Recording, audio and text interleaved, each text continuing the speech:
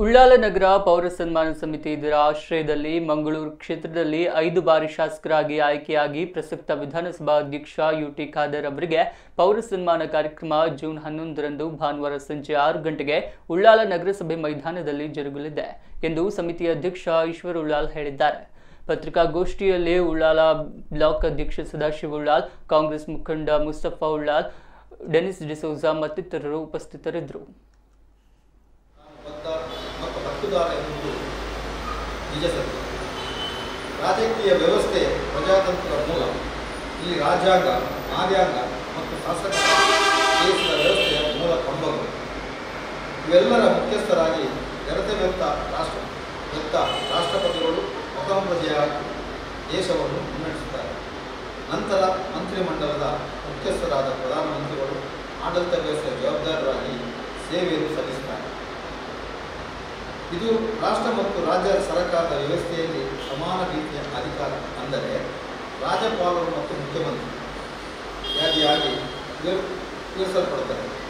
ಇಂತಹ ಶಾಸಕ ವ್ಯವಸ್ಥೆಗೆ ಆಡಳಿತ ಮತ್ತು ಪ್ರತಿಪಕ್ಷಗಳ ಸರ್ವ ಸದಸ್ಯರು ರಾಜ್ಯ ಆಡಳಿತದಲ್ಲಿ ಸಮಾನ ಅಧಿಕಾರವುಳ್ಳವರು.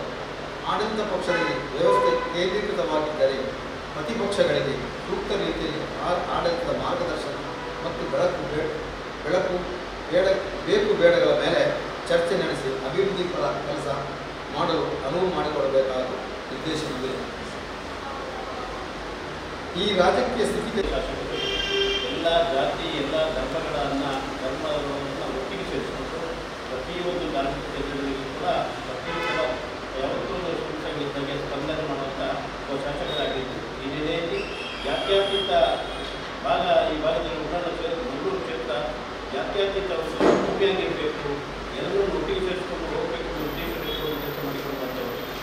ಆದ್ದರಿಂದ ಇವತ್ತು ನಾವು ಎಲ್ಲ ಜಾತಿ, ಧರ್ಮ ಎಲ್ಲ ಹಿರಿಯರನ್ನು ಸೇರಿಸಿಕೊಂಡು ಎಲ್ಲ ಧರ್ಮದ ಜನರನ್ನು ಸೇರಿಸಿಕೊಂಡು ಊರಿನ ಜನರು ಎಲ್ಲರೂ ಎಲ್ಲ ಜಾತಿ ಸೇರಿಕೊಂಡು ಪೌರ ಸನ್ಮಾನವನ್ನು ಇವತ್ತು ಕಾರ್ಯಕ್ರಮ ಮಾಡ್ತಿದ್ದೇವೆ. ಈ ಪೌರ ಸನ್ಮಾನದಲ್ಲಿ ಸಮಾರಂಭಕ್ಕೆ ಈಗಾಗಲೇ ನಮ್ಮ ಎಲ್ಲ ಸರ್ವಧರ್ಮದ ಪ್ರತಿನಿಧಿಗಳು ಕೂಡ ಅವರನ್ನು ಈ ಕಾರ್ಯಕ್ರಮಕ್ಕೆ ಆಹ್ವಾನ ಮಾಡಿಕೊಂಡು ಈ ಕಾರ್ಯಕ್ರಮ ಎಲ್ಲರ ಸಮ್ಮುಖದಲ್ಲಿ, ಸರ್ವಧರ್ಮೀಯರ ಸಮ್ಮುಖದಲ್ಲಿ ನಡೆಯಲಿಕ್ಕಿದೆ. ಈ ಕಾರ್ಯಕ್ರಮಕ್ಕೆ ಪತ್ರಿಕಾ ಮಾಧ್ಯಮದ ಮತ್ತು ದೃಶ್ಯ ಮಾಧ್ಯಮದ ತಮ್ಮನ್ನು ಕೂಡ ಆಹ್ವಾನ ಮಾಡಿ ಸಂಸ್ಥೆಯಲ್ಲಿ ಎಲ್ಲ ಧರ್ಮದವರು ಕೂಡ ಈ ಸಂಸ್ಥೆಯ ಪದಾಧಿಕಾರಿಗಳಾಗಿ ಆಗಿಕೊಂಡು ಮತ್ತು ಇಂತಹ ಒಂದು ಪೌರ ಸಮಿತಿಯ ಮೂಲಕ